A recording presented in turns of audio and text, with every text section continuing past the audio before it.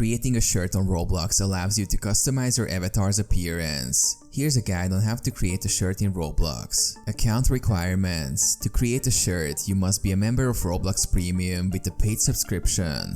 Design the shirt. Use an image editing software like Photoshop or a free alternative like GIMP to design your shirt. The shirt template can be downloaded from the Roblox website in the Create section.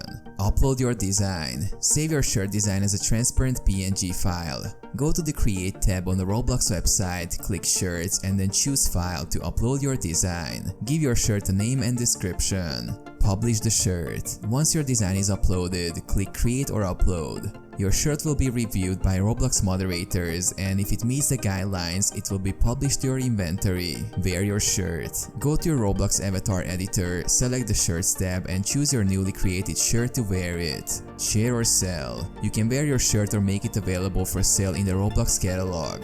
Other players can purchase and wear it if you choose to sell it.